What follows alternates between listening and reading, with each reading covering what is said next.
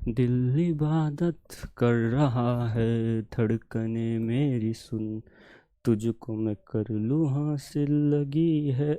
Oh, so well. And जैसा कि आप लोगों को पता है कि भाई हमारा जो एमपी बोर्ड है कभी कभी कुछ चीजों को लेकर आपके बहुत एक्सपेरिमेंट कर देता है।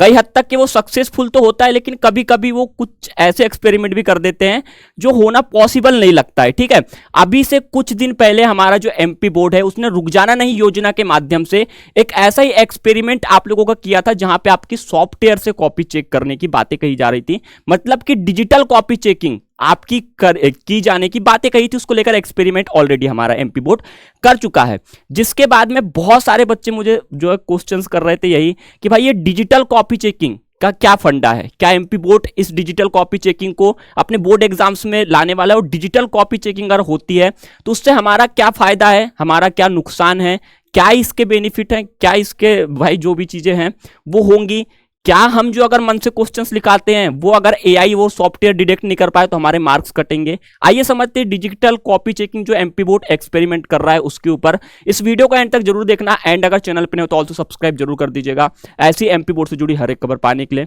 साथ में टेलीग्राम व्हाट्सएप ग्रुप दोनों की लिंक डिस्क्रिप्शन में है, जाके आप हमें दोनों जगह पे ज्वाइन कर सकते हैं। सबसे पहले तो मैं तुम्हें बता दूं कि आप लोगों को लग रहा होगा कि भाई ये जो डिजिटल कॉपी चेकिंग हो रही है इसमें आखिर कॉपी चेक कौन करेगा।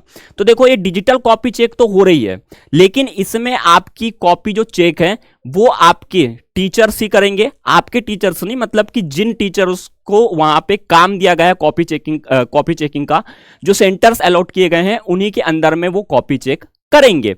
ठीक है, और उनमें ही आप लोगों के क्या होंगे कि जो आपकी डिजिटल कॉपी चेकिंग में सिर्फ फर्क इतना होगा कि आपका जो कॉपी है उस कॉपी को स्कैन करके वो सॉफ्टवेयर में चढ़ा दिया जाएगा, जिसके बाद वो सॉफ्टवेयर से टीचर चेक करेंगे। ठीक है, इसका बेनिफिट ये होता है कि आपकी जो कॉपी चेक होती है जिसमें बहुत ज्यादा टाइम जाता है, उन टाइम को बचा लिया जाएगा। जैसे ही आपकी कॉपी चेक हुई वैसे ही कॉपी के बाद में आपका क्या होगा कि मार्क्स सीधे आपके रिजल्ट में जुड़ना शुरू हो जाएंगे।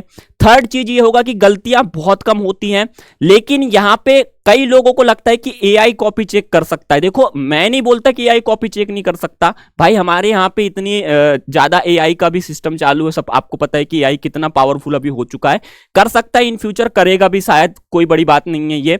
लेकिन अभी का देखा जाए तो अभी क्या होता है कि बहुत सारे बच्चे जो होते हैं, कई बच्चे होते हैं अपने लॉजिक के हिसाब से क्वेश्चंस का आंसर्स देते हैं, राइट। लेकिन एआई क्या करता है कि अगर आप एआई को आपने जितना डाटा दिया, जितना उसकी प्रोग्रामिंग की है, जिस टाइप के आपने क्वेश्चंस दिए हैं वो उस टाइप के क्वेश्चंस के आंसर्स दे देगा। अगर आपने उसके डाटा प्रोग्रामिंग के हिसाब से आपने अगर मन से बना के लिखा है मिलता जुलता, तो वो एआई उसे डिटेक्ट नहीं कर पाएगा, क्योंकि उसके पास वो मन से आपके मन का उससे भाई प्रोग्रामिंग नहीं की गई है, उसको पर्टिकुलर क्वेश्चन के आंसर्स की प्रोग्रामिंग की गई है।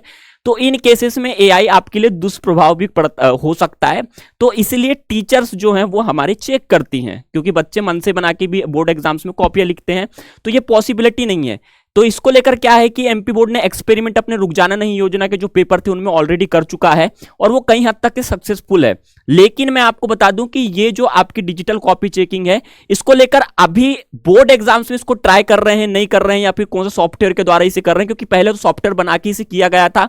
अब इसको लेकर इसे अभी तक कोई बयान हमारा बोर्ड ने नहीं दिया है, लेकिन इन फ्यूचर हो सकता है, क्योंकि एक्सपेरिमेंट ऑलरेडी हमारा एमपी बोर्ड कर चुका है पहले ही।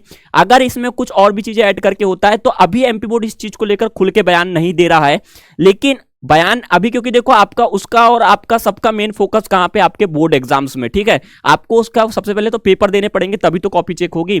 तो ये सुविधाओं को लेकर और भी चीजें डिटेल्स में आपके आगे आने वाली हैं।